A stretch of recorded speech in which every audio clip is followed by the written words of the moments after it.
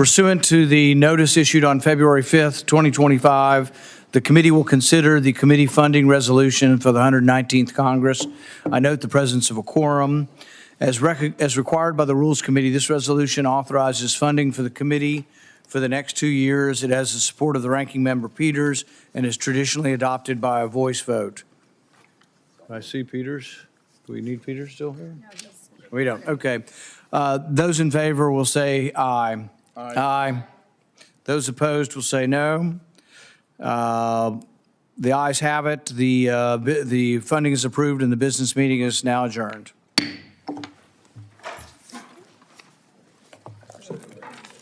was a heavy lift. Yeah. So we'll just put this here so you can. Funding stuff, right? You have to talk to Gary about that.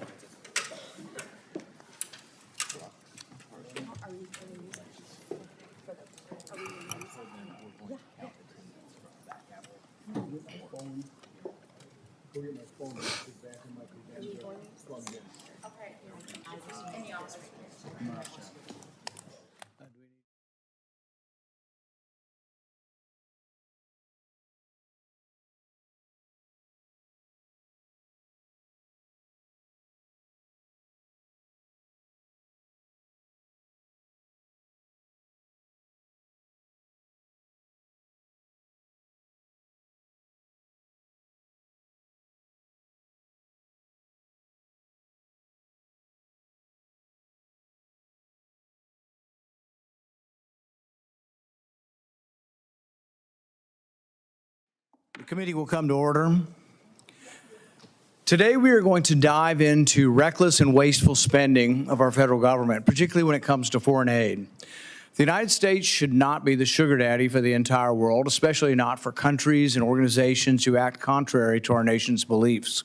Our country is $36 trillion in debt, yet we continue to send billions of dollars overseas, often funding projects that are not just useless, but in many cases actively harmful. Taking the path to fiscal responsibility is often a lonely journey, but thanks to Elon Musk and Doge, they've brought to light the waste that I've been highlighting for over the last decade.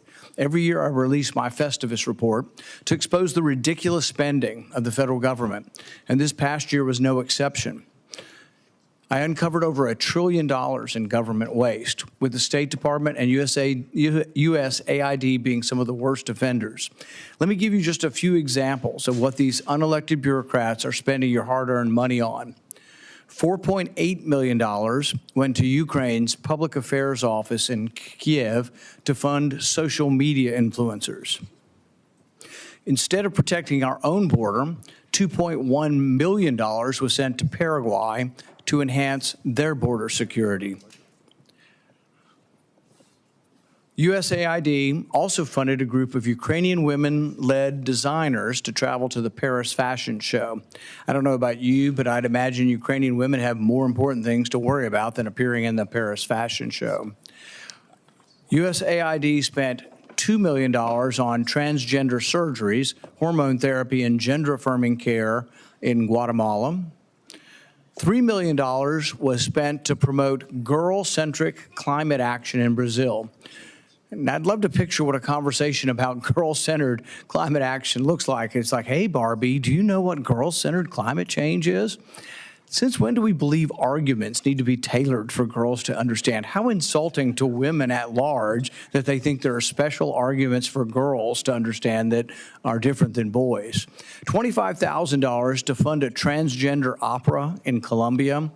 Was nobody in Colombia willing to buy a ticket? USAID spent $32,000 in Peru to create a comic featuring a trans hero to address social and mental health issues. What does that have to do with diplomacy? $20,000 to fund a DEI program for a drag theater in Ecuador. $20 million was spent to produce a new Sesame Street show in Iraq. USAID spent $6 million to promote a project boosting sustainable tourism in Egypt. I guess the U.S. is now the travel agent for the entire world since they spent $50 million on Tunisia's tourism, even though it's already one of the most visited countries in Africa. USAID gave $87.9 million to help Afghans farm, and incidentally, farm poppy, the plant from which opium is extracted. As of 2021, Afghanistan supplied 90% of the world's heroin. I thought the saying in the U.S. was just say no to drugs. How about we just say no to wasteful foreign aid? $70,000 for a live musical event to promote diversity, equity, inclusion, and accessibility in Ireland. State Department paid $330,000 to compile a disinformation index to blacklist conservative media outlets. USAID funneled over $54 million to EcoHealth Alliance, funding the very organization linked to the Wuhan Institute of Virology, the likely origin of the COVID-19 pandemic. Disgraceful. $15 million was awarded to Taliban-controlled Afghanistan to distribute oral contraceptives and condoms. There's still a $3 billion fund for Afghan reconstruction that have tried to take that money to pay for other things that the government is spending money on, and yet there's been resistance by the other side to deplete that fund and say, we're done funding things in Afghanistan. This is just the tip of the iceberg. These are taxpayer dollars being used to fund ideologically misguided, ineffective, and unnecessary projects, thanks to the blundering bureaucracy, while our own citizens struggle to put food on the table. This is not what our government was designed to do. The U.S. government is not a charity, and it should not be doling out cash to foreign organizations, some of which actively oppose the United States with no oversight. And we don't have the money to give. We're borrowing the money we send. We need to ask a simple question. Why are we borrowing money to send money overseas? Even if USAID eliminated the crazy left-wing grants for trans operas, it still makes no sense to borrow money to then turn around and send it overseas. Borrowing money to send as charity is like the worker who has no money left after paying for their food, rent, and gas, saying, oh, well, I see this homeless person, I have such great sympathy. I'll go to the bank and I'll borrow $1,000 to give to this person. That's what we are doing. We can't pay for our own, and we are borrowing the money we send overseas. That money could be used to pay down our $36 trillion debt and take care of the American people, the very people who actually pay these taxes in the first place. It's time for a real change. America should not continue to be the world's piggy bank. It's time to end the waste of foreign aid and end the bureaucracy and for once do what's right by the American taxpayer. With that, I recognize the ranking member for opening remarks. Thank you, Mr. Chairman. So, Mr. Chairman, I'm very discouraged by this hearing and by the witnesses in particular that you have chosen to give a platform today. Instead of having a serious discussion, I'm sure we're going to hear conspiracy theories as this committee holds what amounts to basically a pep rally in support of President Trump's illegal power grab. I certainly agree with this committee that this committee should conduct rigorous oversight of federal spending, including wasteful foreign aid. That's certainly what we should be talking about. And we should always be working to sort out and eliminate waste and fraud in all federal programs. And in fact, this committee has done that for years on a bipartisan basis. It's a big part of what we do every week as we come together to consider legislation and deal with the tough issues that we face as a country. But today's hearing, I'm sure we're going to hear many of our colleagues on the other side of the dais, my Republican colleagues here, cheer on President Trump and his cronies, like Elon Musk, in their illegal and unconstitutional efforts to cut off foreign aid. And it is not only a sham, I think it really misses the point on what this administration is really doing, and how far President Trump will go to hurt American families so that they can pay for tax cuts for billionaires. We can't have a real debate about wasteful spending when President Trump has empowered an unvetted billionaire, and let's say it, an unvetted billionaire with massive conflicts of interest, hundreds of millions of dollars of government contracts he receives. I would hope we will look at those hundreds of millions of dollars of government contracts from Elon Musk, as he's cutting off funding to programs that clearly the administration doesn't understand or they may not agree with politically. Let's be clear, the Constitution does not empower a social media billionaire with massive conflicts of interest that has never been vetted to decide on how taxpayer dollars are spent. In fact, the Constitution doesn't even empower President Trump to make these decisions. The Constitution gives Congress, and only Congress, the sole power to decide how taxpayer money is spent. And for the most part, we pass bipartisan laws to determine how that money should be spent. But President Trump has directed Elon Musk and many other cronies to ignore Congress, to ignore the Constitution, and recklessly and illegally cut off funding that Congress has passed according to the law. Not only is it illegal, not only is it unconstitutional, but President Trump's direction to shutter USAID will have damaging consequences across the globe and here in the United States. I'd like to enter into the record, Mr. Chairman, numerous statements from organizations and experts that detail those consequences. Without objection. That's why my Democratic colleagues and I are most concerned about what the agency, what federal programs is going to be next. Where are the dominoes going to fall after USAID? What's going to be next on the chopping block? We know President Trump has already directed his cronies to shut down the Consumer Financial Protection Bureau.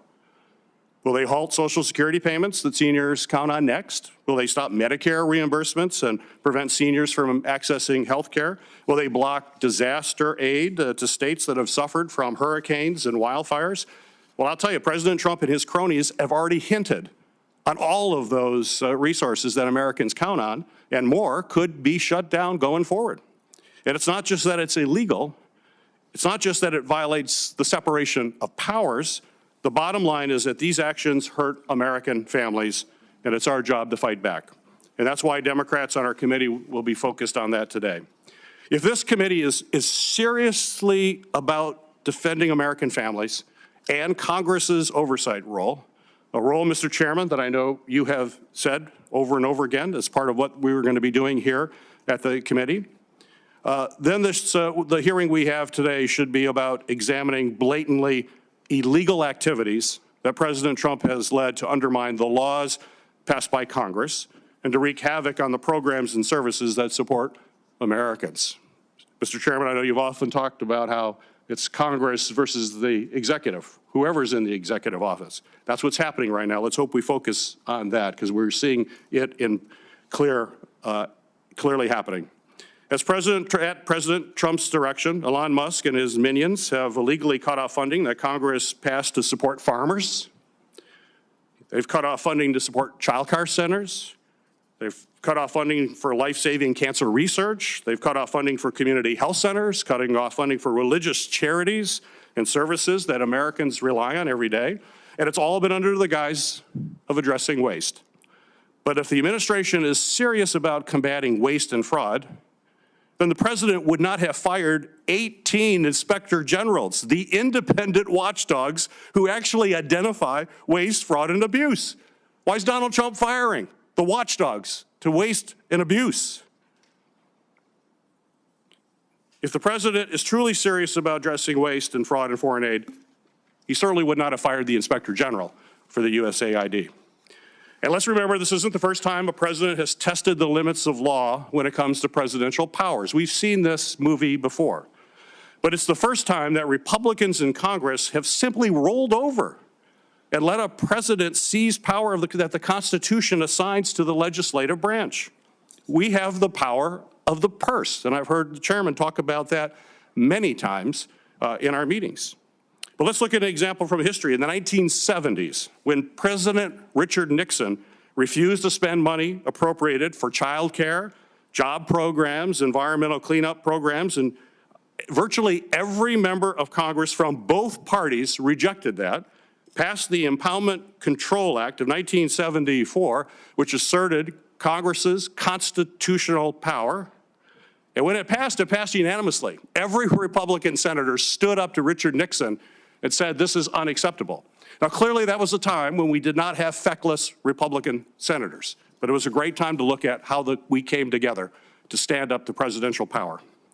And it wasn't just Congress. President Nixon lost in the courts over and over again. No judge ever endorsed President Nixon's argument that he had the right to ignore the laws of Congress. If President Trump thinks his actions are lawful, then his administration should come forward and be able to answer straightforward questions from Congress. They should operate in the light of day instead of trying to hide what they're doing from Congress, the courts, and independent watchdogs. Mr. Chairman, I was disappointed that over the last few weeks I've had a number of oversight letters that you refused to sign. I would hope that you'd reconsider, and I look forward to meeting with you to talk through those letters in the near future. And I think also, Mr. Chairman, many of the questions that we have today about the actions of President Trump that has been directed by Elon Musk, I think that's something that we should also call in Elon Musk to ask questions, particularly about his numerous and substantial conflicts of interest while he's making these kinds of decisions. And I hope that going forward, this committee will work to defend Congress's role and responsibilities under the law and conduct real, meaningful oversight of these lawless actions by the Trump administration. It is the practice of this committee to swear in witnesses. Will each of you please rise and raise your right hand? Do you swear that the testimony you will give before this committee will be the truth, the whole truth, and nothing but the truth? So help you God.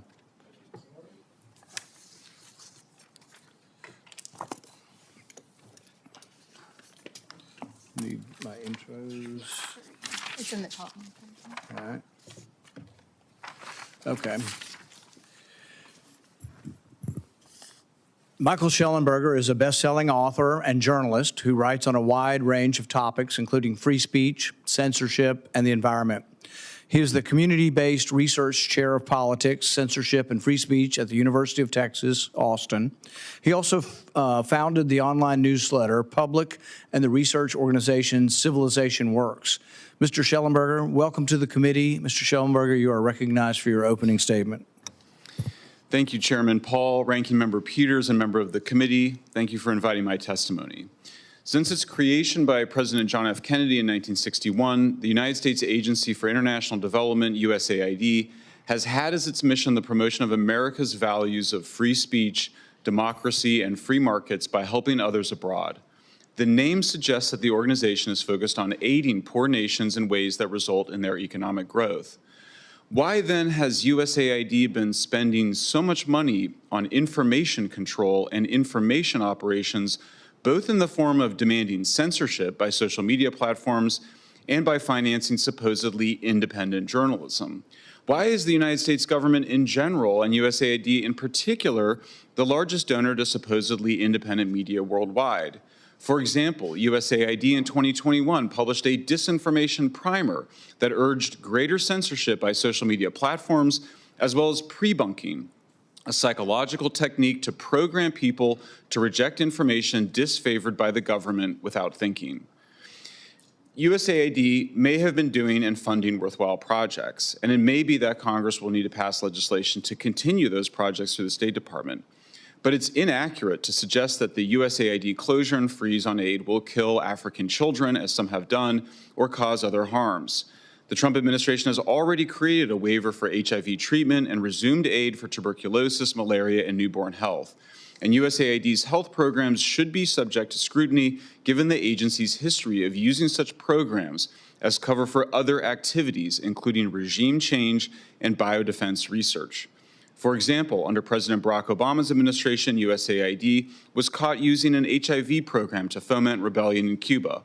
USAID used EcoHealth Alliance as a pass-through organization to funnel $1.1 million to the Wuhan Institute of Virology, which was conducting risky gain-of-function experiments that may have caused the COVID pandemic. USAID gave EcoHealth Alliance $54 million during that period, which was more even than the $42 million the group received from the Pentagon.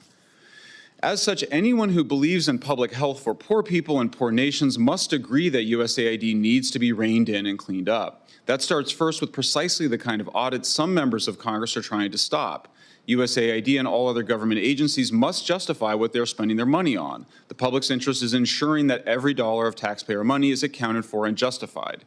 As recently as 2021, the media acknowledged the obvious. That year, the New York Times published an article headlined, "U.S. aid to Central America hasn't slowed migration. Can Kamala Harris?" In it, the Times acknowledged that experts say the reasons that years of aid have not curbed migration is in part because, quote, much of the money is handed over to American companies, which swallow a lot of it for salaries, expenses, and profits, often before any services are delivered. That's precisely the reason President Trump shut down USAID and demanded an audit. While the subject of today's hearing is on USAID's wastefulness in general, I would like to focus the committee's attention on USAID's efforts to take control over independent investigative journalism and to advocate censorship in particular. Together, USAID's censorship and disinformation activities comprise a complete vision of information control in service of regime change that USAID and other U.S. government agencies have sought in dozens of foreign nations over the last 75 years. USAID in recent years has been funding censorship advocacy worldwide through a Countering Disinformation program, which is part of the Consortium for Elections and Political Process Strengthening. This work has included funding for so-called fact-checking organizations, including in Brazil, a country where I am under criminal investigation for sharing the Twitter files, Brazil, all entirely accurate and legal. At the World Economic Forum last year, a major USAID contractor, Internews, which received $472.6 million from USAID over the last 17 years, urged advertiser boycotts to demand censorship. That advertiser outreach was precisely the advertiser boycott strategy used by groups with ties to U.S. intelligence community to pressure Twitter and Facebook to censor disfavored information. USAID has also heavily promoted digital identification systems, which could be tied to social media accounts to allow governments to punish individuals for what they say and read online. Mr. Chairman, I have much more to say, but I'll end by saying that Congress should defund all and any federal programs and contractors that promote or engage in censorship and propaganda. Recommitment to an American-first foreign policy should require an unwavering commitment to free speech.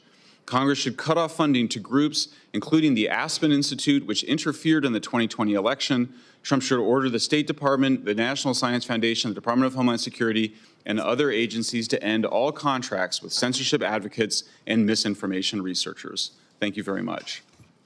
Thank you. Dr. William Ruger is a foreign policy expert with decades of experience as a scholar, practitioner, executive, and military officer. He currently serves as the president of the American Institute for Economic Research, while also serving as a commander in the U.S. Navy Reserve. Dr. Ruger was nominated by President Trump to serve as the U.S. ambassador to the Islamic Republic of Afghanistan and was appointed to the Fulbright Foreign Scholarship Board at the U.S. Department of State in 2020, serving from 2020 to 2023. Dr. Ruger, welcome to the committee, and you are recognized for your opening statement. Thank you. Chairman Paul, Ranking Member Peters, and members of the committee, thank you for inviting me today to testify about foreign aid. It's an honor. Foreign aid has been pushed to the forefront of the national debate by President Trump's Inauguration Day executive order, and then what we've seen since with DOGE. In response, critics have charged that these moves jeopardize humanitarian efforts across the globe and even threaten U.S. national security. In particular, they've emphasized the claim that reform efforts would weaken U.S. soft power, create vacuums that will be filled by our adversaries, and hurt our overall ability to compete with China in this era of great power competition. These national security arguments, though, are not compelling and do not provide a sound basis to slow down efforts to reform and even cut back on foreign assistance itself.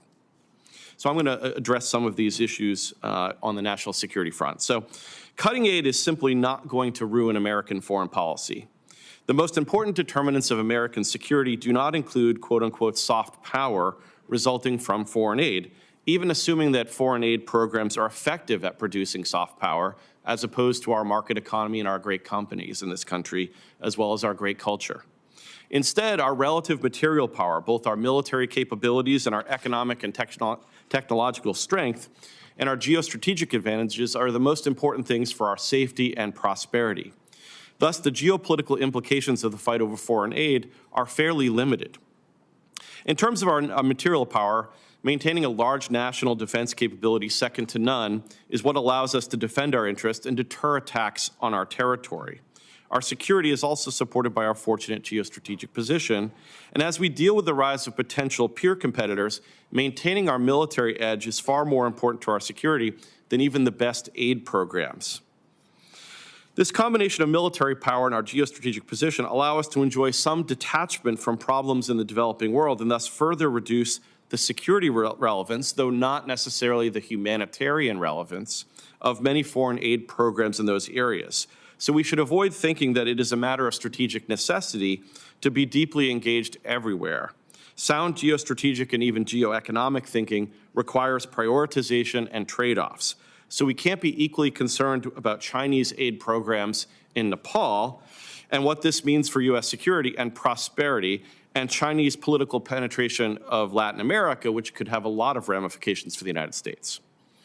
Our economic strength is also a key cause of our security, and our economy is the golden goose as long as we don't undermine it through wasteful and excessive spending and the debt and deficits that result, poor tax and monetary policy, constraining overregulation, or cultural decay.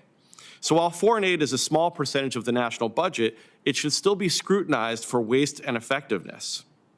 There is also some evidence that foreign aid can have a negative impact on target societies and even harm American soft power, exacerbating anti-Americanism by creating winners and losers in these places, with the losers blaming the United States for local problems. In Egypt, a decade ago, protesters said Obama can take his foreign aid and go to hell. That is an example of how foreign aid actually stimulated anti-Americanism in these countries. Moreover, there are numerous studies that show the ineffectiveness of foreign assistance to even economic development. Aid spending also does not necessarily work to keep states on our side in today's great power competition. For example, U.S. aid didn't stop poor African countries from expelling our forces, though it isn't clear it made much sense for those troops to be there in the first place. Now, critics of aid also claim that such a policy will create a vacuum of power that the Chinese will happily fill, thus eating our lunch in great power competition. The problem with this argument is that, one, it isn't clear that even were adversaries like China to fill these vacuums created by cutting aid, that this would necessarily hurt us. And two, it isn't clear that the Chinese experience with aid will be any better than ours at creating soft power that they can meaningfully exploit to their advantage. Indeed, there is evidence that Chinese aid efforts have been backfiring. And I'd be happy to say a lot more about that in the Q&A. The other thing is that critics are claiming too much about what the administration is doing. Right? The fact is that the Trump administration is not proposing cutting all assistance.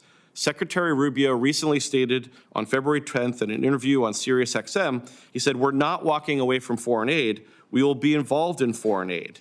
Instead, what the administration is doing is trying to make a distinction between aid that can be reasonably argued to advance America's national interests and aid that cannot pass a basic smell test like the ones that Senator Paul discussed earlier. So if we are going to change our foreign policy to one that prioritizes American national interests and respects the hardworking American taxpayers, then fixing our foreign policy assistance programs is imperative. Too much spending is disconnected from making us stronger, more secure, and more prosperous, to use Secretary Rubio's three-part test from his confirmation hearings here in the Senate. Too often it is in the service of questionable social and political goals that many Americans find dubious.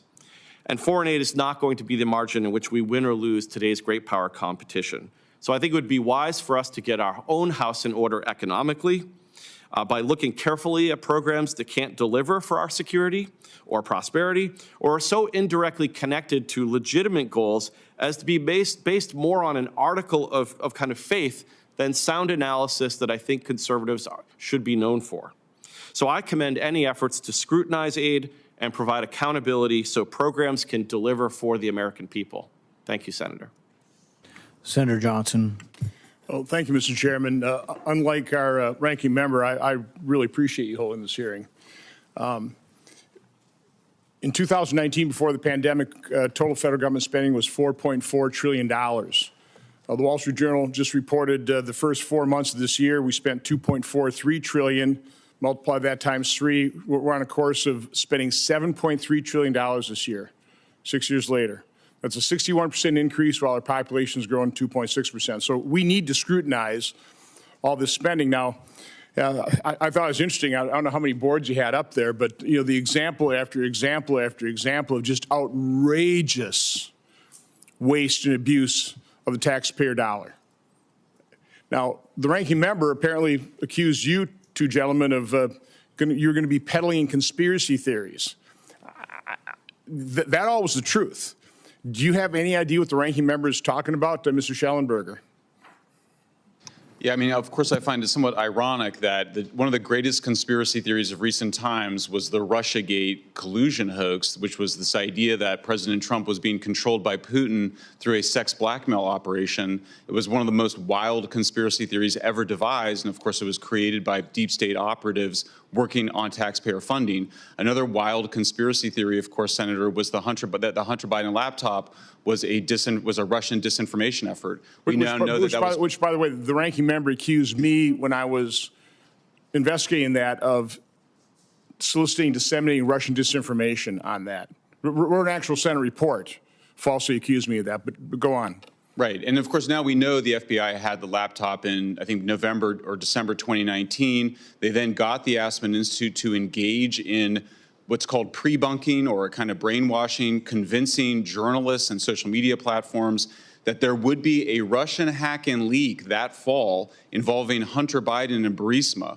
That's an illegal weaponization of the FBI, of a U.S. government contractor and grantee, Aspen Institute.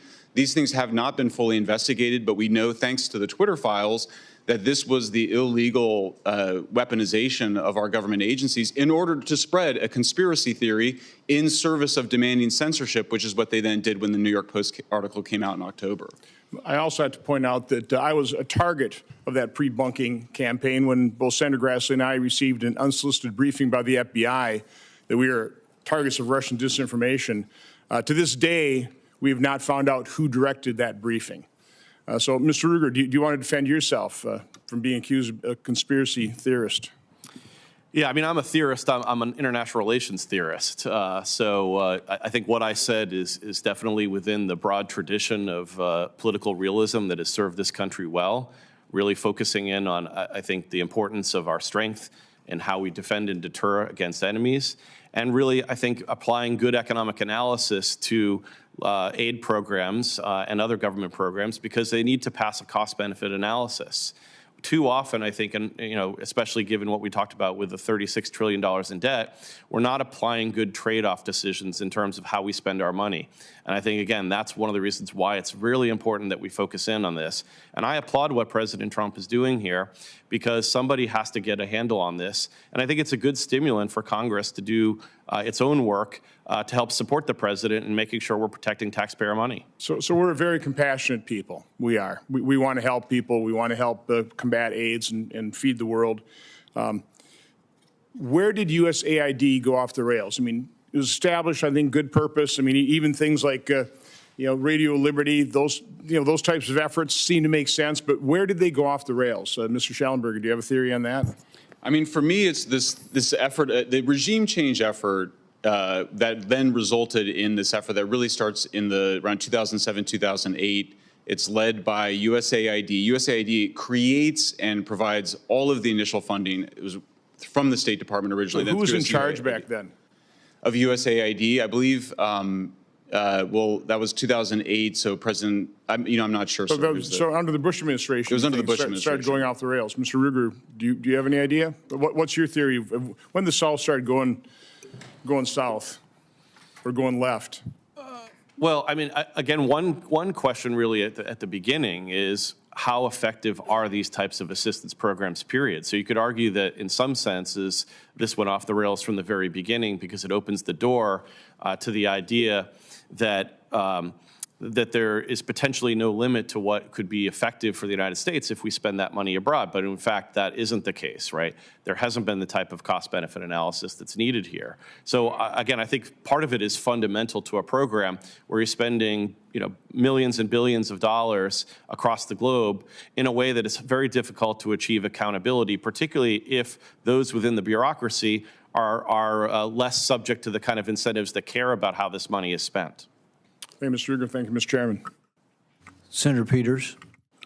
Thank you, Mr. Chairman. Well, Donald Trump and Elon Musk illegal dismantling of federal agencies will definitely harm the safety and financial security of American people. We've seen already, and we're hearing about their unlawful government actions related to USAID. But let's take a look at their next victim. They've already taken action on their next victim, which is the Consumer Financial Protection Bureau, or CFPB. Conveniently, just as President Trump's top lieutenant and his mega donor, the man with incredible conflicts of interest, Elon Musk, he's about to launch a new payment system at his company X. And that company would have been subject to CFPB regulation.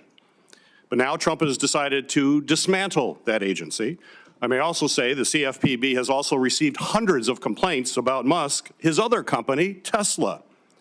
Isn't that interesting? A man with massive conflicts, a man who has not been vetted, is now working to destroy an agency that would actually oversee his operations, and operations that have received complaints because of the actions that he's taken. CFPB was created by Congress with bipartisan support and in the wake of the 2008 financial crisis. Its mission is to protect companies from Americans from scams and predatory companies. CFPB has improved American lives by capping credit card late fees, bank overdraft fees, reduced junk fees, has banned medical debt on credit reports. I could go on. But now President Trump and OMB Director Vogt are illegally destroying the agency. And let's be clear, this is an agency that has saved American taxpayers $21 billion. Saved taxpayers $21 billion. And it's in the sight of unvetted billionaire, huge conflicts of interest, Musk, who wants to destroy it because it would oversee his new business venture. So with CFPB shuttered, seniors, veterans, student borrowers are going to be at risk of unfair financial service practices, including debanking, payday lending, and mortgage fraud. In fact, if you look at some of that mortgage fraud is changes with the Military Lending Act, where financial institutions taking advantage of the men and women who are serving our country. They counted on the CFPB to protect them. Nope, Trump and Musk, get rid of that. Forget saving money for taxpayers. We don't like these regulatory actions over banks and payday lenders and people like Elon Musk.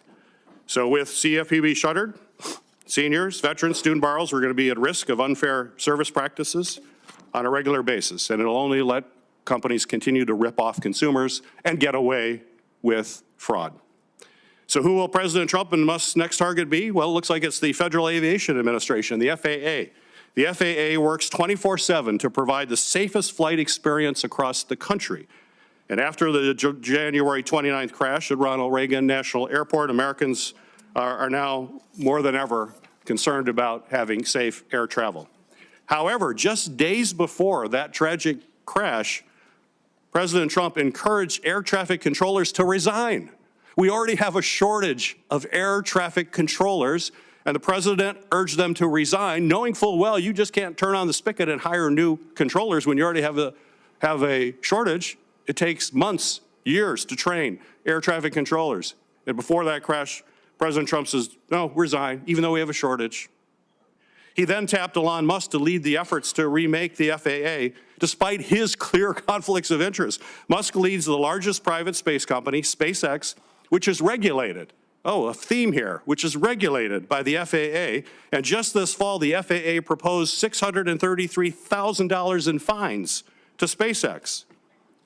So I believe the last thing Americans need is President Trump allowing a self-interested, unvetted billionaire with massive conflicts of interest to do whatever he wants to destroy agencies that oversee his companies where he's making huge profits. Well, maybe they're going to go after the National Highway Traffic Safety Administration next. This agency is tasked with ensuring that all cars on our roads are safe and reliable. And Elon Musk, of course, is the CEO of Tesla and has criticized common sense safety requirements like reporting on crashes that involve his partially automated vehicles. If we continue to let President Trump and Musk unilaterally decide which agencies can function and even exist, our roads and skies are going to be more dangerous and more Americans will die. Or maybe President Trump will make good on his view to get rid of FEMA. Unfortunately, we've seen over the past 3 weeks of his presidency, he is again and again willing to peddle disinformation, overstep his authority, and break the law. Getting rid of FEMA would mean the federal government is abandoning Americans before, during, and after disasters like wildfires, tornadoes, hurricanes, and even floods. And while I'm sure everyone here would agree FEMA can and should be reformed, and I'll lead that charge to make sure that they better meet the needs of disaster survivors, it still plays a critical role. And American lives and helping communities rebuild after an increasingly common and more destructive natural disasters is something we should be focused on.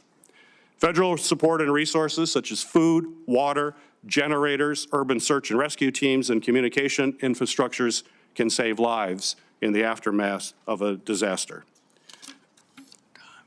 FEMA also administers billions of dollars of mitigation grants to reduce the impact of natural hazards, which can save lives, protect property. So, Mr. Chairman, I hope that we can look at these other changes that we're seeing to see whether or not it's fraud or abuse, and whether or not that is something that we need to examine. So I would hope in future hearings we will take a look at an unvetted, highly conflicted person making these choices to understand what is behind their actions. Senator Langford. Thank you, Chairman Paul. Gentlemen, thanks for being here. Actually, yesterday I released my 8th report, what we call federal fumbles, where we regularly put out in front of the American people areas of waste and abuse and fraud or improper payments, and try to be able to highlight those and shine some sunshine on them to hopefully get rid of them and to be able to make tax dollars more efficient in the way we're spending on this. Many of those things, as you can imagine full well, were foreign aid related that we have talked about over the last several years, including this year as well. We highlighted that the federal government and the American taxpayer paid for 12 drag shows in Ecuador. I'm not sure why the people of Ecuador couldn't pay for their own drag shows, but apparently Oklahoma taxpayers had to pay for that. The USAID funded fisheries in Algeria, where they literally built a fish farm in the middle of the desert among a people that don't eat fish, actually, in their normal diet because they live in the desert. They don't normally eat fish, and we're not interested in eating the fish, but American taxpayers and my Oklahoma taxpayers paid for those, and that has become an issue for me. There was a study that was done by the NEH on humans, chimpanzees, and climate change in Sierra Leone. We highlighted how we did a study with Oklahoma tax dollars to study the effect of climate change on European butterflies. Again, I don't know why the Europeans couldn't pay for that. We did a study on the effects of COVID-19 on the Russians. Again, not sure why the Russians couldn't have paid for that. And one of my favorites of the long list of least favorites here, we did a study on the benefit of seatbelts and helmets on individuals driving in Ghana. I could go ahead and tell you right now, seatbelts and helmets will help you and don't have to pay a dime to be able to do that study. So over and over and over again, we've highlighted this. The difference now and then is there's a bigger megaphone, and part of the frustration from my friends on the left is Elon Musk is daring to tell 1 billion people on X that this is happening. But when it was only a few people that knew, or my limited following on X, it was okay. But if the megaphone gets louder and it gets pointed out more, it becomes more offensive because then it becomes a risk. So I have several things that I want to be able to drill down on. I've talked for years about Voice of America and the messaging they put out. It is literally government-paid journalists that are supposed to tell the government story of America internationally. What they're actually doing often is talking about murders in America and riots in America and how Trump is ruining Christianity in America, and on and on and on have been the negative stories about America that they're telling to the world on it. So one of my first questions to either of you is about the messaging that we put out globally, that we put out with Oklahoma tax dollars and American tax dollars to tell the American story, and how the American story is being told internationally. Thank you, Senator. I could actually speak a little bit from my experience with the Fulbright Scholarship Board, where I was also chagrined to see some of the people that we were thinking about sending abroad clearly didn't love this country and clearly had a kind of criticism that I think wasn't the best message that you would not necessarily want to see out there in the world. I also worry about the boomerang effect. So not just the message that we're sending abroad, but because of the nature of technology today, these voices that are meant to help create narratives abroad actually coming back and being a form of government propaganda here at home. Because that message, unlike maybe in the 1950s when we were trying to subvert communism in Greece, that message then comes back here. And so the content of that message, like you're talking about, is so critical that it is in fact something that is supportive of our interests and accurate, and something that is not going to undermine support for the United States here at home even. Right. Schellenberger, you want to add anything to that? Well, only that, I mean, of course, everybody should be free to speak their mind, but I think if we're going to have taxpayers, funding this activity, they should be talking about how special this country is. I mean, that's why so many people have been trying to come here. So the level of anti-Americanism and globalism that we've seen promoted by these organizations, I think it's horrendous. So I share your views. When the global media outlet for the United States sounds a lot like Russia Today's messaging globally, we have a problem on it, and that's our problem. They spend a lot of time saying we're going to prove that we have a free press by having government-paid reporters tell a story. If they want to prove we have a free press, we can point to CBS, ABC, and NBC and say, look, we have a free press on it, but we should be getting our messaging out on this. One other quick question on this. The Inspector General for Afghan Reconstruction noted at least $11 million has gone directly to the Taliban from our foreign aid of the $2 billion, and they couldn't identify the rest, exactly who were the recipients of that aid. Have you been able to track at all aid that's gone directly to the Taliban since we have left Afghanistan? I have not, sir, but what I will point out, there's been a lot of complaints about the Inspector General at USAID being let go. What was the Inspector General doing exactly? I mean, we've seen all the waste, fraud, and abuse that you've documented, so what's the point of having an Inspector General if they're not going to inspect? Right. I do hope that the president actually nominates a new inspector general quickly. That is an important role for Congress to be able to have some insight into different agencies, and it's important to have that role, but I would agree.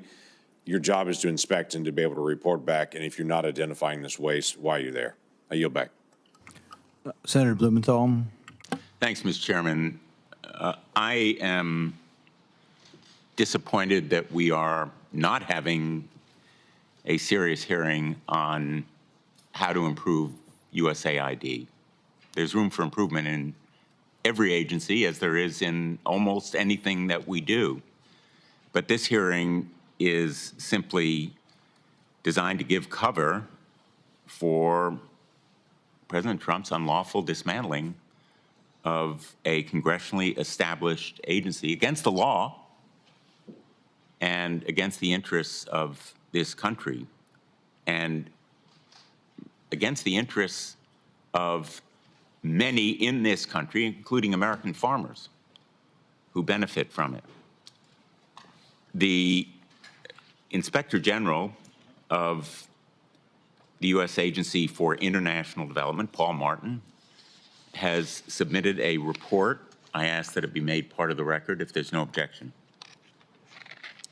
And in that report was critical of the so-called pause in foreign assistance funding, saying that it has delayed $489 million of food assistance at ports, in transit, and in warehouses. I'm quoting, at the risk of spoilage, unanticipated storage needs, and diversion. That's waste in government.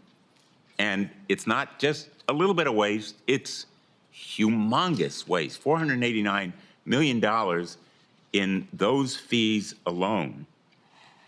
He says the pause in funding and reductions in staff, including over 90% of BHA's workforce furloughed or placed on administrative leave, has undermined two key oversight mechanisms to assure accountability over humanitarian assistance funding, partner vetting, and third-party monitoring. I don't have time to go into the details, but that is also waste.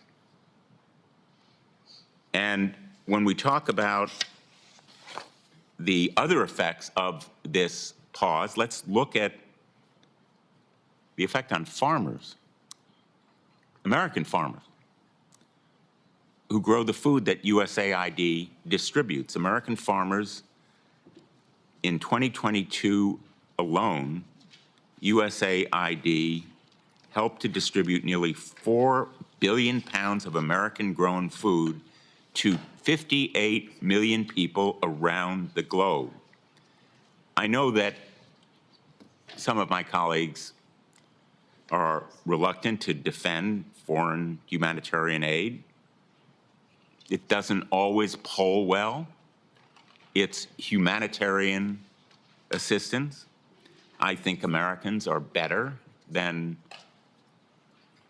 trashing the idealistic goals that have motivated our nation over the years, but putting aside the humanitarian instincts behind some of USAID, here's what American farmers have said in reaction to these actions. President of the Iowa Farmers Union said, quote, USAID is important for farmers. It's unfortunate that we would drop those relationships that we have built over time, end quote. The Ohio Farmer Union president said, quote, USAID plays a crucial role, not only providing food aid to millions around the world, but also directly purchasing grains from Ohio farmers. Ohio farmers are more than capable of rising to the challenge of feeding the world, but they need stability to do so. In shuttering USAID, President Trump is pulling billions of dollars away from American farmers without apparently a second thought. That's a lot of harm, that's a lot of waste, and a lot of abuse to people who are the backbone of food production in this nation.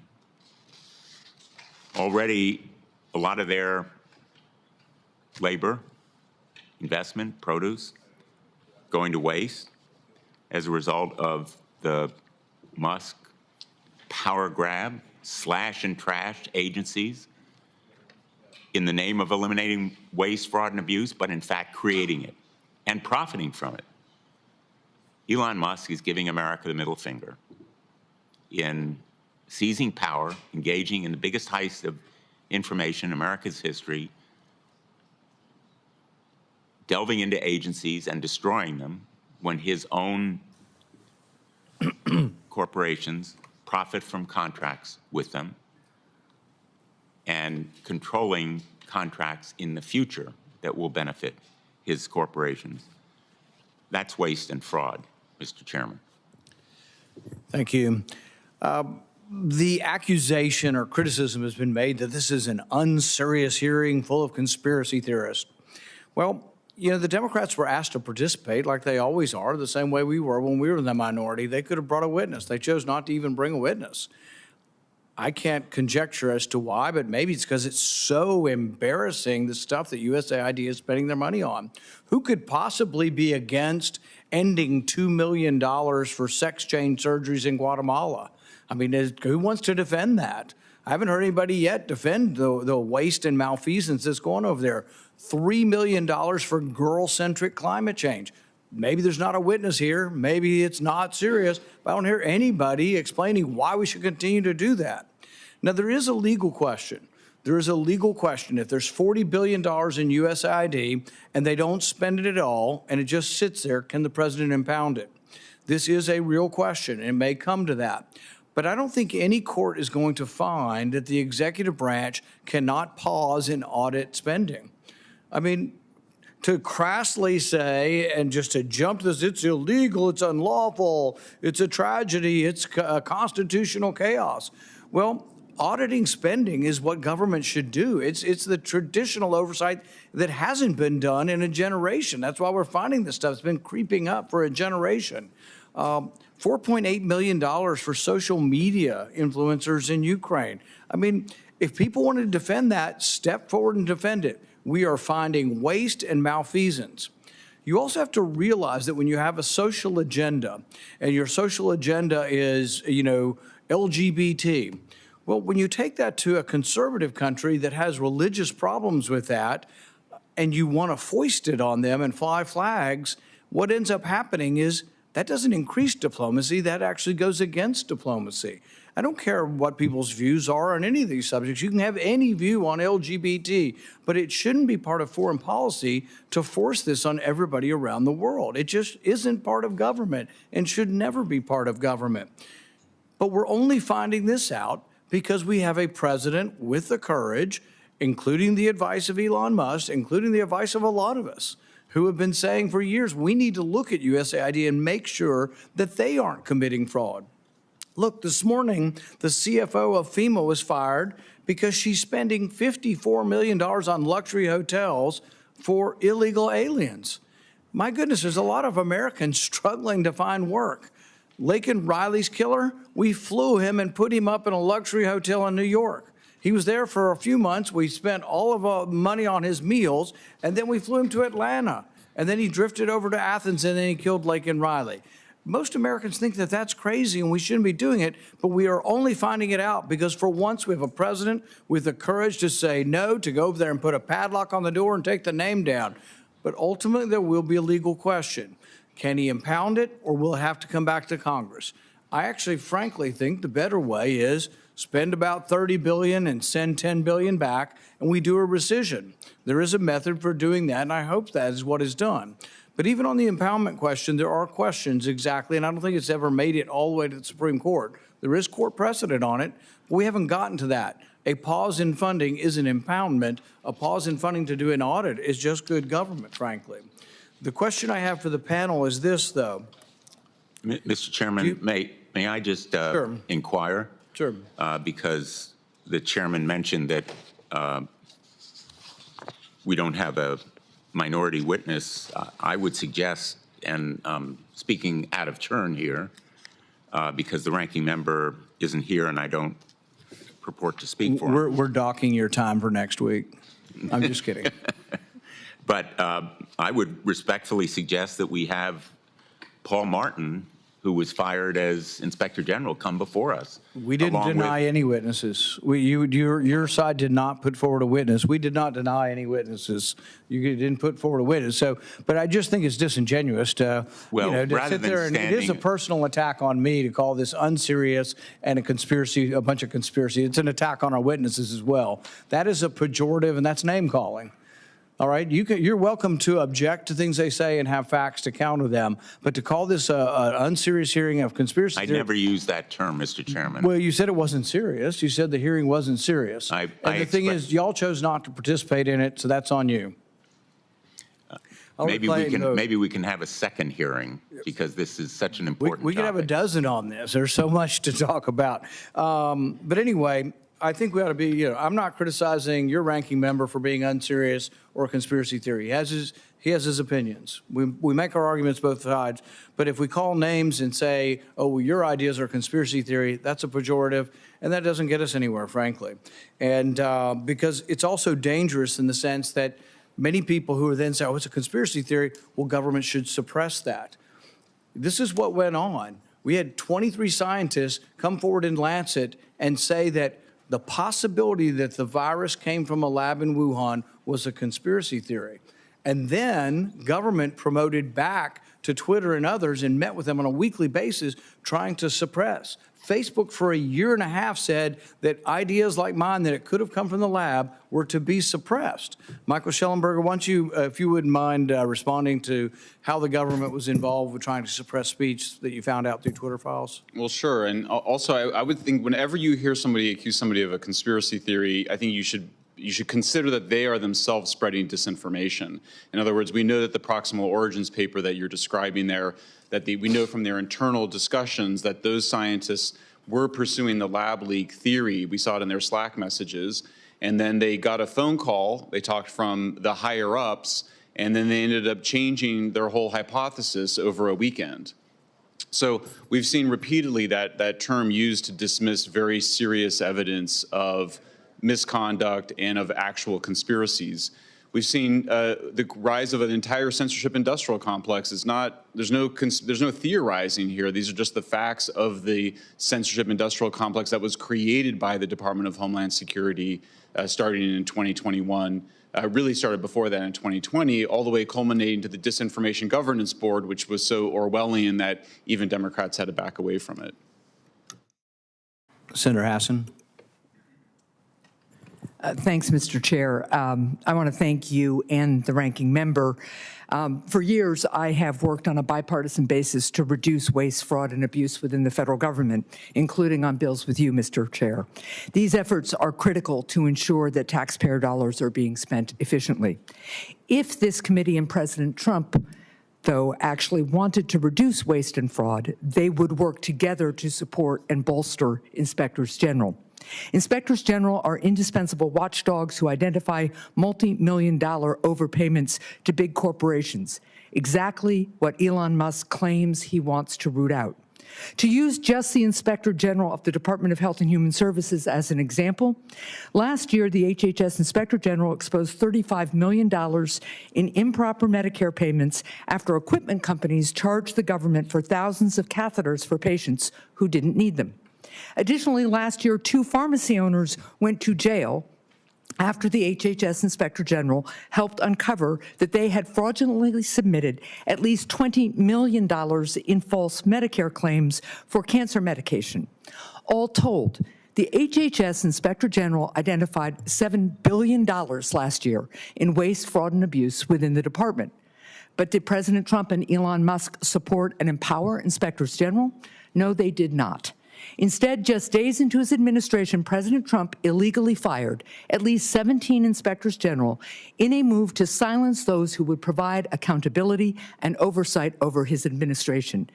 And since their firing, we are growing to get a better picture of why they were fired. Just yesterday, we found out that the State Department is planning to buy $400 million in armored vehicles from Elon Musk's Tesla company. Elon Musk spent $250 million to get President Trump elected, and now President Trump is returning the favor. After clearing out the watchdogs, the president decided to unleash chaos and confusion on Granite Staters and Americans through an illegal order to cut off nearly all federal grants. These are grants that fire departments count on to upgrade their equipment, police departments use to hire officers to protect our streets, and shelters need to provide homeless veterans a place to sleep. While federal courts have temporarily halted the president's funding cutoff, I continue to hear from organizations that are unable to access the federal funding that they have been awarded, that we appropriated, that is law. This is the real cost of the illegal move by President Trump to cut off funding. Granite Staters left in the lurch, not knowing how much longer their community health center will remain open, or if their child care facility will be able to stay open and they'll be able to go to work. The American people want relief from high costs, and they want their government to work. But as inflation and egg prices soar, the president illegally fired the people, the very people, who root out waste and fraud and have a track record of doing it. And then he illegally took funding away from law enforcement and community groups. I urge the president to reverse course and for this committee to work together to find common sense ways to address the challenges that Americans are facing today. Thank you, Mr. Chair. Senator Scott. Thank you, Chairman. This is a great hearing. As you know, the federal government is spending money like it's going out of style. Last year, it spent nearly $7 trillion, and the revenues were $5.2 trillion. Nobody in this country can do that. Nobody can do it in their personal life. Businesses can't do it, only the federal government. We're being forced to borrow another $1.9 trillion to make up for it. It's one of the reasons that we now have over $36 trillion worth of debt, and we're heading quickly to 37. Over the last 4 years, while the population has grown 2%, the federal government has increased spending by 53%. They've added $8 trillion to national debt in 4 years. This is not sustainable. If nothing changes, our federal government is on track to add $1 trillion to the federal debt every 180 days. The cost of this debt is another massive problem. Right now, more than $1 trillion of money that hardworking Americans pay in taxes each year is just going to pay the interest on their federal debt. That's a waste. So I'm very appreciative of what President Trump's doing and what DOJ is doing to try to find all this waste. They're going agency by agency, one by one, and finding out how every single dollar is spent and making sure it's spent in the best interest of the American public. Unfortunately, many Democrats among this committee have expressed outrage. But the outrage is better suited for some of the absurd, wasteful spending they've already uncovered. Let's look at USAID. They provided full funding for al-Qaeda terrorist Anwar al-Awlaki to attend college in Colorado. They gave $310 million to start a Palestinian cement factory, which is used to help Hamas build terror tunnels into Gaza. How can you be this stupid? Another $1.5 million to advance diversity, equity, and inclusion in Serbia's workplaces and to business communities. How does that help an American? $47,000 for a transgender opera in Colombia. How does that help America? $2.5 million for electric vehicles in Vietnam. How does that help America? A multi-year study from the Middle East Forum uncovered $164 million of approved grants to radical organizations, $122 million going to groups aligned with designated terrorists. How does that help Americans? And billions more to add charities that have histories of failing to vet their terror-tied partners. The families I represent would agree that's not how they want their tax dollars spent. They'd rather have their tax dollars spent putting Americans first or advancing our interests abroad, not funding terrorism against us or allies or funding some fringe globalist agenda. So I'm very appreciative of what President Trump has done. I appreciate what Doge is doing, and I appreciate that Marco Rubio, our ex-colleague, is doing running the state. So, Mr. Schellenberger, Doge also discovered that the Biden administration spent millions of dollars on subscriptions to left-leaning media outlets like Politico.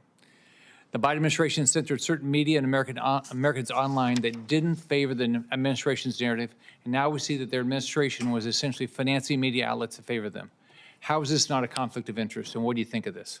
Yeah, I agree it's a huge conflict of interest, and it's really just the tip of the iceberg. I mean, what we uncovered in our reporting is that the USAID has basically been bankrolling an organization called the Organized Crime and Corruption Reporting Project, which has been in the process over the last decade and a half of really taking over so-called independent investigative journalism around the world, usually relying on strategic leaks by the intelligence community, but with an aim to really undermine the independence of investigative journalism. When we started investigating these guys, they threatened to sue us right away. They have a $9 million fund just to sue people. It's called Reporters Shield, but it's an offensive weapon that they use to basically shut down any inquiry into what they're doing.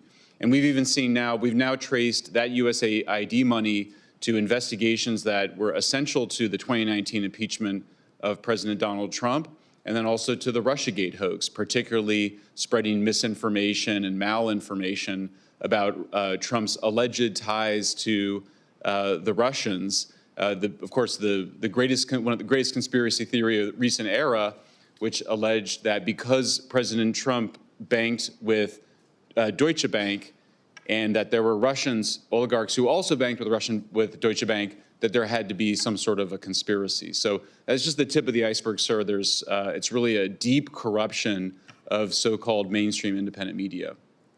Based on your investigation, you also talk about how USAID transfers funds between projects, making it hard for anybody to sort of track the funds. Can you elaborate? Well, sure. And so part of what happened is that one of the media organizations in Germany, one of their big television stations, NDR, really turned the tables on OCCRP and began an investigation. USAID admitted on camera that they had routed money from the State Department's Law Enforcement Bureau through USAID just for optics reasons, admitting on camera that they did that because they knew that it would look bad for an investigative journalism organization to be supported by effectively the cops, by law enforcement. That's not good journalism practice. That violates basically every code of ethics by every journalism organization in the world. They also acknowledged that USAID has to agree to OCCRP's work plan and that they have to agree to their key staff. And this was all literally recorded on video, USAID officials saying this. Then afterwards, OCCRP denied it. They just said that that wasn't true. It just asserted that it was false. So, I mean, really what you're looking at with OCCRP and also Internews is that these are really vectors of disinformation They spread disinformation and then demand censorship on the basis of it. That's what they did with the COVID lab leak, as the chairman was mentioning. First, they spread the disinformation that it was a conspiracy theory that it could have come from a lab, when, of course, their own scientists suspected that's what it was.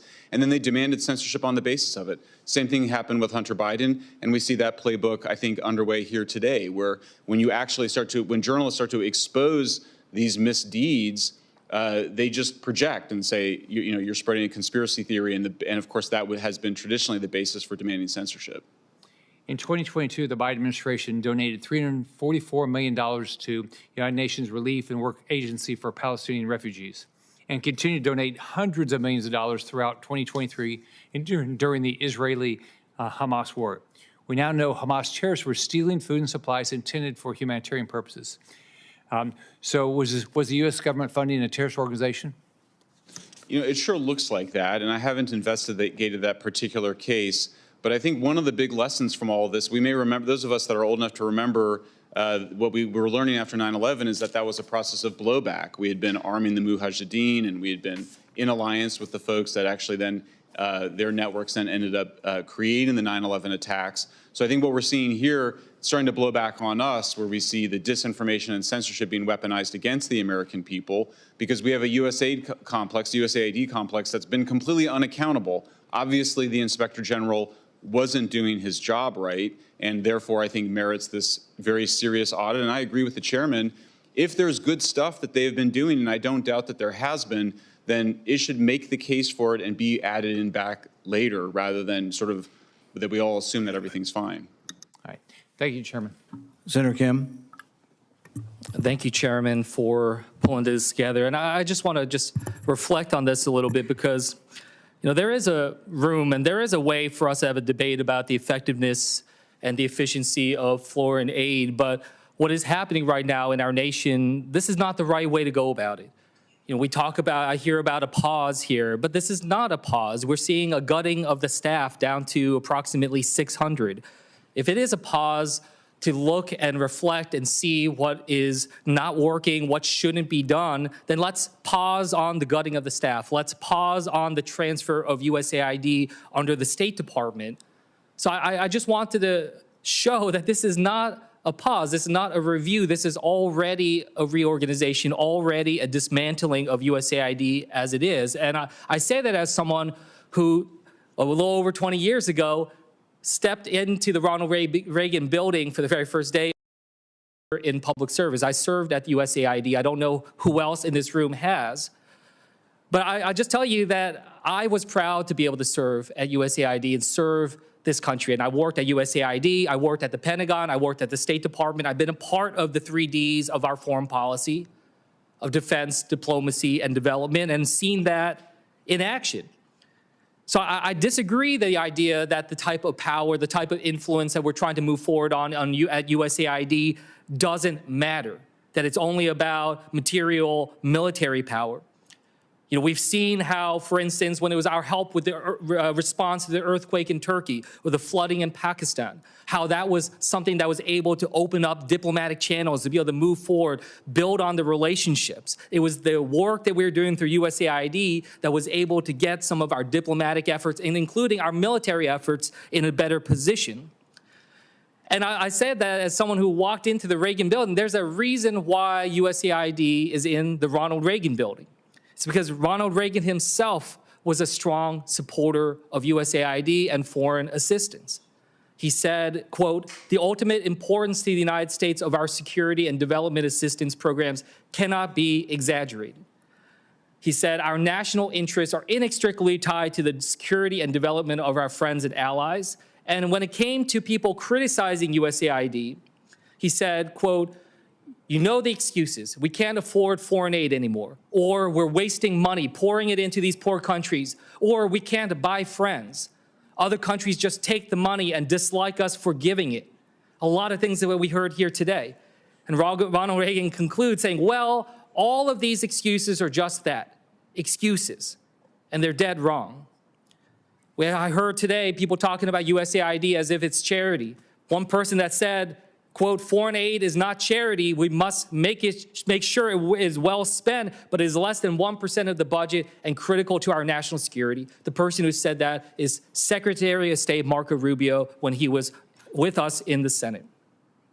He also went on to say that he urged President Biden to move forward and prioritize USAID funding because he said it, quote, counter the Chinese Communist Party's expanding global influence.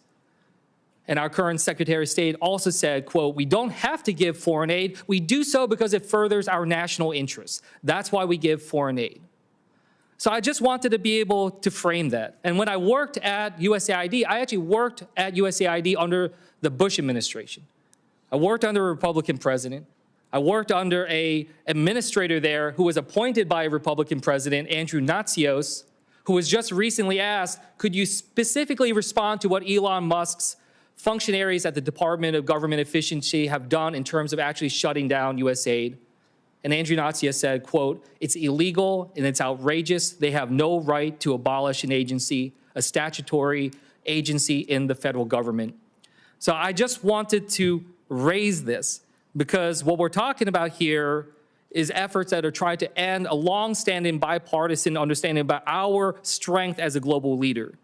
And what we are also seeing, and this is something that just feels so personal, is just the demonization of public servants. We can have a debate about foreign aid, but we can do it without demonizing the people who have sworn an oath to this country. Many of them right now working in difficult and dangerous places. Some of them don't know how they're going to get back home right now because of how quickly all of this has been shut off.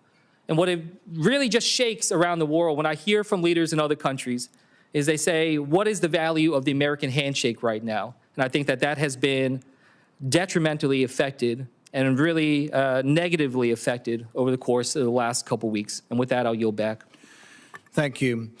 It's been bandied about that certain things are illegal, and I think it's worth a little bit of discussion over that. You know, inspector generals have been let go, people at the USAID have been let go, and it's been alleged that this is illegal. It's actually a little more complicated than that. This goes all the way back to Andrew Johnson and his fight with Congress.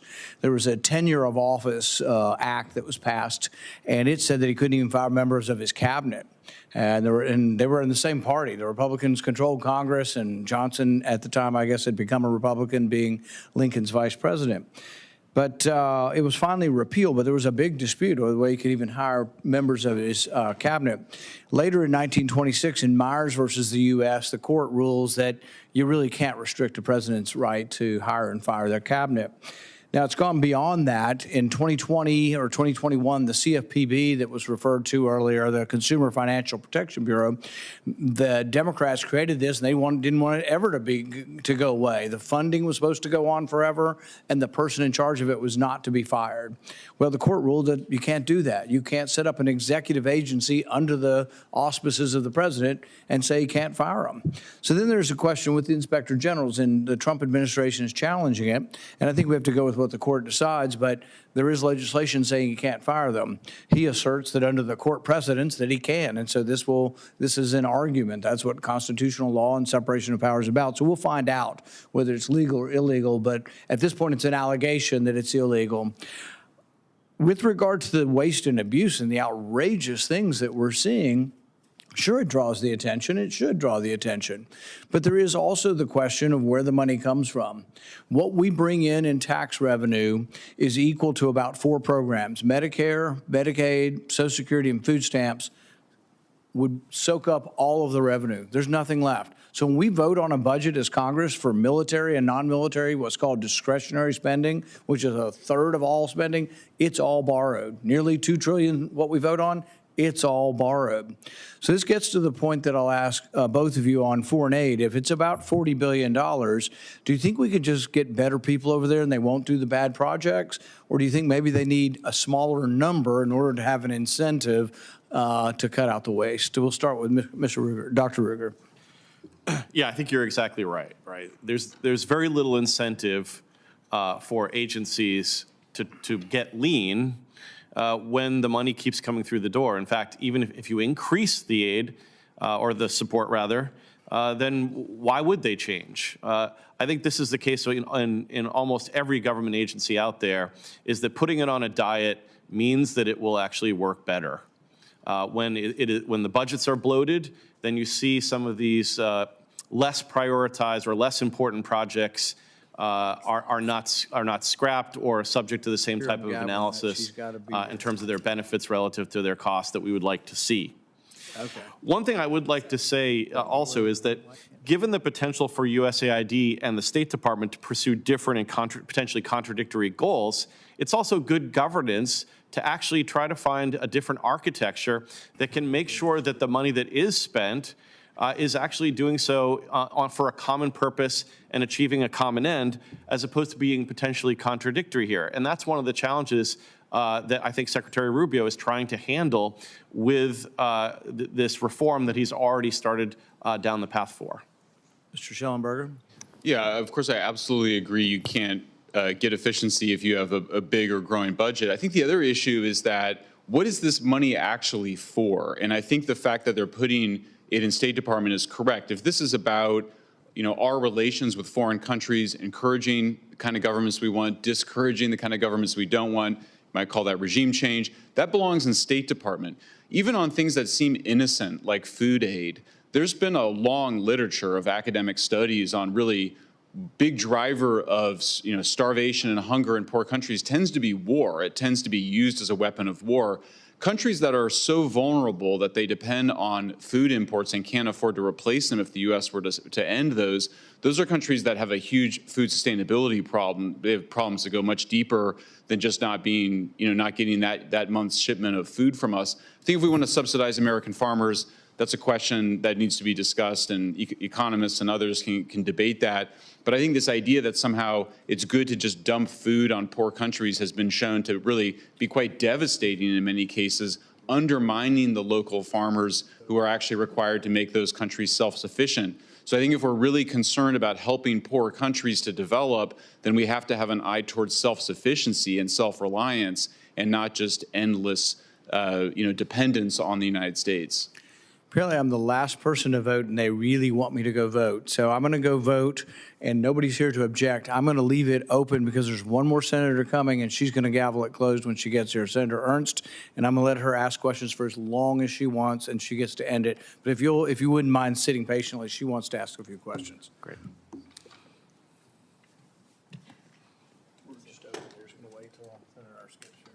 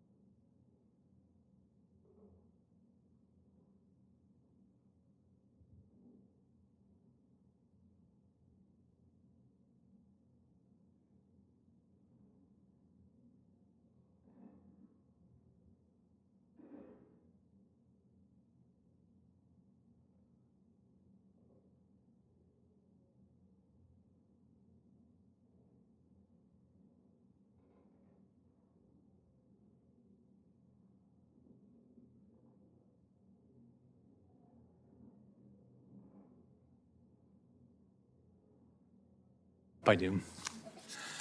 All right. All right, if we can start again. And I think Senator Ernst is coming back. Also, oh yeah. And you can ask both of them. Okay. This is for both of you. How important is it for the administration agencies to be completely transparent with U.S. taxpayer funds to ensure it's used to advance U.S. interest? I'll say I think it's absolutely essential, for, at least for in terms of actual development in AID. Obviously, if there's covert operations, we have the CIA to carry those out. We have the State Department that obviously directs foreign policy. But I think if it's genuinely a charitable project or genuinely aimed at public health, that should be transparent. We saw what happened with these huge investments into the Wuhan Institute of Virology, sort of masked through Eco Health Alliance. Huge problems. Obviously, if we had known about that, there probably could have been better regulation and better governance of it. So it's one of the many unintended consequences of that kind of government secrecy. Yeah, I mean, we talk about these programs being wasteful, and in many cases they are. I actually think that there's something potentially more pernicious, which is why I think shining the light on this and being transparent is so important, which is that I think in many cases these are purposely designed to try to promote progressive causes abroad, and that ideally that will have a boomerang effect here at home. In other words, this is part of a kind of a progressive global prioritization of different policy ideas. I mean, you see this. I mean, $5.5 million for LGBTQ advocacy in Jamaica and Uganda. You see mental health programs for LGBTQ plus youth advocacy in Venezuela, for example. Right? This is part of a progressive, political campaign. And I think the more and more that is brought to the fore and the people understand what's going on, then they can have a legitimate discussion about whether this best supports our national interests, as opposed to something I think that supports the interest of again, many people in America, but not the public good, if you will. And so, again, shining that light on it, I think, will have that disinfectant that we've talked about throughout our country's history. So how would you do it? How would you create more transparency? I mean, one thing is a hearing like this. I mean, I think Congress, one of Congress's most important roles as an overseer of spending is to shine a light on things and to call people, on the carpet, if you will.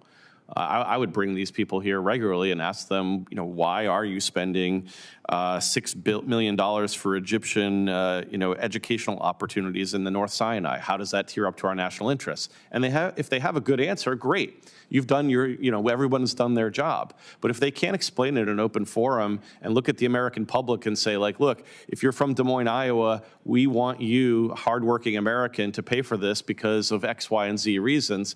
The American public should be able to say, yeah, that makes sense. But a lot of these things we've been seeing just don't. I don't understand why we're spending $20 million to tailor a program in Iraq through the Sesame Workshop.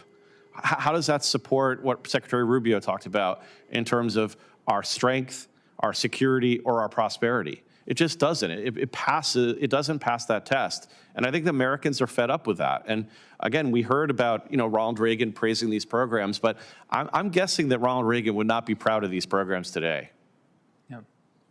Yeah, I mean, I agree. I think that the whole concept of foreign aid needs to be reconceptualized. So if it's part of soft power, then it should be done through the State Department. If it's part of genuine economic development, then it should be focused on the things that we know drive economic development, including cheap energy, infrastructure, manufacturing, the ways that all poor countries rise out of poverty and develop. That's clearly not what it's been about, because it wouldn't be funding these frivolous projects around the world if it were serious about genuine economic development. So for me, I think it's an amazing moment. I think the fact that it took such dramatic action shows just how burdened that agency was by all sorts of conflicting agendas. So I think it's a great time for the Congress to, recreate an aid function that is sort of separated from U.S. foreign policy, or at least from the soft power part of it.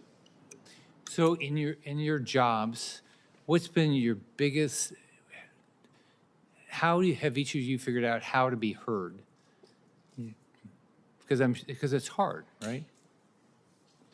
I mean, look, I think one of the things that we've realized is that the way that we've imagined what the news media was for a long time, it really wasn't what we thought it was, that there was a really intense level of control that was being exercised by the national security state. We saw in the Twitter files, and we saw with the CTIL files, which a whistleblower gave to us, that showed that you had a former Ministry of Defense contractor from Britain, you had a DoD contractor in the United States, on a kind of limited hangout describing how the U.S. government and British government had really exercised serious control over the news media since World War II. That all starts to break apart with the rise of social media. And social media at first was being used to foment regime change operations in the Middle East in terms of the Arab Spring, and then in the color revolutions in Eastern Europe. And then when Trump was elected in 2016, there was really a turning inward, a turning against the American people for a counter-populist effort by the intelligence agencies as well as by USAID. So you see them participating in effectively regime change operations in the United States. And so, and that included this revelation that much of the investigative journalism that USAID had been funding since around 2008, 2009, through groups like OCCRP and Internews, were really aimed at gaining control over the information environments around the world. And we wouldn't have known that without the Twitter files, which revealed the censorship industrial complex seeking to censor millions of Americans, flagging disfavored information, including accurate information, such as around COVID origins, around the COVID vaccines. So, I mean, for me, this is a golden age of journalism. You can actually, people can actually find sources of information outside of a tiny narrow band of sources that we had between World War II and really, the early 2000s, 2010, when social media rose. And that's what is going on here. It's really been a revolt of the public, and now we see a revolt of the elites demanding that we put the genie back in the bottle. I don't think long-term it's going to work out. It really took someone like Elon Musk to unleash the full potential of social media, and we saw in the last election, podcasting playing this massive role. So I think it's a revolutionary moment. It's, you get a huge change in national foreign, and apparently in American foreign policy, with a huge political transformation also occurring at the same time of this media transformation and revolution. Yeah, and just to add to that, I mean, my institution, the American Institute for Economic Research, was involved with the creation of the Great Barrington Declaration. And you saw our institution and the authors of the Great Barrington Declaration, including, I think, the incoming head of the NIH, being subject to claims of disinformation and attempts to squelch our voice in trying to get the message out about different public policy approaches to how to handle the COVID pandemic. So it's not just happening abroad, it's happening here at home. And again, I applaud what we've seen with the opening of Twitter and X, making that much more of an open forum. And again, I think generally speaking, kind of light is the disinfectant here. We see a lot of money being paid to researchers, quote, study disinformation. Can you paint a picture of how that research can translate to actions to take down constitutionally protected speech, especially here in the United States? Sure, I'm happy to talk about that. And, I think you have to understand that social media was first used by, the U.S. government to foment regime change in the Middle East and Eastern Europe. After Trump was elected, those tools were all brought back here. And there was an effort to create this conspiracy theory that President Trump was somehow controlled by the Russians.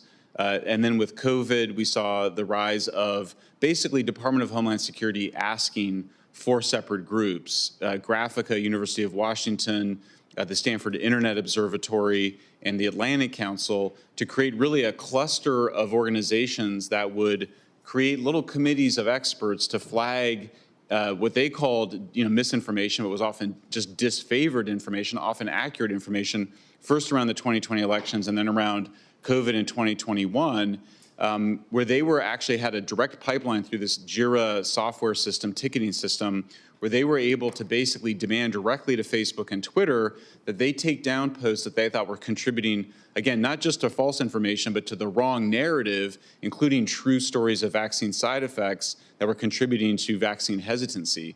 So the good news is that after that was revealed in the Twitter files, and then Congressman Jim Jordan's committee on the House side subpoenaed and had witnesses. There was a whole elaborate process over the last 2 years. Stanford Internet Observatory shut down last year under the weight of evidence that it was engaged in censorship. I think we've now been able to push back against a significant amount of it, and President Trump has obviously signed an executive order supporting free speech. But I think it was a very dark moment over the last 12, really over the last 10 years, where we saw a whole set of groups that were involved in regime change operations abroad start to turn those weapons inward against us. Senator Ernst. Thank you, Mr. Chair, and thanks to our witnesses for being here today for this important hearing. All Americans should be able to take great pride in our generosity, and the government agencies coordinating aid efforts should be eager to share the details about how their use of taxpayer money makes the world a better place. Yet the hard truth is, as we have seen, USAID has been out of control for decades. There's no shortage of questionable USAID projects. For example, a $20 million grant to the Sesame Workshop nonprofit to create an Iraqi version of Sesame Street. More than $9 million intended for civilian food and medical supplies in Syria ended up in the hands of violent terrorists. And another one, $27 million, was designated to so-called reintegration gift bags, which may even include a Barbie doll for deported Central Americans. There was also $68,000 awarded for dance classes in none other than Wuhan, China. And after being stonewalled by USAID for years, I learned funds meant for economic relief in Ukraine were instead paying for Ukrainian models and designers to attend fashion weeks in New York City, London, and Paris. And Mr. Chair, I ask unanimous consent to enter my oversight letters and USAID's responses into the record. Thank you, Mr. Chair. USAID is notorious for exploiting legal loopholes, as my COVID-19 origins investigations exposed. By law, all federal spending is required to be publicly available on usaspending.gov. We've known for a while that Dr. Fauci used NIH funding to finance bat coronavirus research at the Wuhan Institute of Virology, but it took the watchdog White Coat Waste Project to expose evidence that USAID was funding it too. In fact, the bulk of the money came from USAID. Yet no grants to the Chinese lab appeared on usaspending.gov. It was hidden from the public through layers of unreported subgrants and subawards. Thankfully, my push to defund EcoHealth Alliance was successful, and the group is now barred from receiving U.S. government grants. But this is why my TRACS Act must become law to prevent money being sent to China, the Taliban, or any other foreign adversary. Every grant recipient must be disclosed to ensure accountability, and we shouldn't stop there. My bipartisan Stop Secret Spending Act, introduced with Ranking Member Peters, would add additional transparency to federal spending. So, Mr. Schellenberger, I'll start with you, please. Why is USAID so secretive about how it spends billions of taxpayer dollars? Is it to avoid the public outrage over the waste, or is there something more nefarious there? Well, thank you, Senator. And first of all, thank you for your leadership in bringing transparency and accountability to aid and the funding there. Obviously, this example you just gave of the Wuhan Institute of Virology is incredible. I mean, the fact it appears that the U.S. government funded the creation of the virus that caused the global pandemic. Mm-hmm. We also know that President Barack Obama had banned that research, and that Anthony Fauci had created a workaround to get around that and move that research to the Wuhan Institute of Virology. Had there been some transparency about it, I think some questions would have been raised. One of the claims, of course, that was made right after Senator Cotton raised the idea that maybe it did leak from a lab. Washington Post claimed it was a debunked conspiracy theory. Anybody who had just Googled virus lab leak would have discovered that there had been years and years, maybe decades, of news stories about viruses leaking from labs. It's a very common thing, and of course, it was one of the main reasons that we wanted to end that risky gain-of-function research because we knew it was the high risk of something leaking from a lab. So I think I applaud your work. We need much more transparency with it. As I mentioned before, I do think that some part of that motivation may have been to hide regime change operations that were run by USAID in concert with the State Department. If you're going to be doing regime change operations, those belong in the State Department and with the CIA, not in a charitable organization, because if you genuinely want people to trust in vaccines or other public health measures, it's a terrible thing for them to believe that maybe it's part of some counterterrorism operation or some manipulation by the U.S. government that has some political motivation or some regime change motivation. If it's truly, truly charitable support for things like, for good causes, then there has to be a firewall between that and what the CIA and the State Department are doing. Yeah, transparency, transparency, transparency. It is so important. I'll continue with you, and then Mr. Ruger, you can add your thoughts as well. But absent a forensic audit by the Trump administration, do you think we would have ever known the full depth of USAID's spending or misspending in this case? No, I mean, this is, obviously the administration is pursuing a model that Silicon Valley has used for a long time, which is that you do need to make changes to actually see what's going on. And so, yeah, no, I think it's an incredible moment of reform. I wish it were bipartisan. The last time of serious reform in the United States was, of course, in the mid-1970s. We had the Church Committee hearings exactly 50 years ago this year that were bipartisan and that revealed much of the abuses of power by the CIA, by the FBI. It led to a set of reforms, including greater whistleblower protections. I do hope that Democrats will join you, Senator, in pushing for those reforms, because it's obviously in the interest of all of us, all Americans. And, in most of the past, the FBI had been weaponized against leftists in the United States. It's only recent that we see the deep state mostly targeting right-wing populists. But that sort of, this sort of commitment, it's an all-American commitment to not letting the state be abused for political reasons. And I think next time, you never know, it could be weaponized against the left again. And so I hope that Democrats will join you in making this renewed push. And I applaud the Republicans for taking up the mantle of pushing for greater disclosure, greater transparency, greater accountability. And I just think some overall clarity about what does the United States want its interaction with the world to be? Is this still the same? Are we still in the period after World War II to today, or do we need to kind of rebalance our relationship? I think the public voted for a rebalancing towards a more America First agenda. I also don't think Americans want to completely withdraw from the world. But again, I do think that some basic hygiene is in order in terms of separating out what is genuinely charitable or development activities from what is regime change, censorship, disinformation, information control activities. Right. I agree. Thank you. And Mr. Ruger, do you have thoughts there as well? Sure. So I think what DOGE is doing really is a form of creative destruction, right? So it's breaking through the status quo and getting these issues at the front of the Americans' minds and the front of the minds of elites here in Washington. Too often, things are continued to kind of be on autopilot.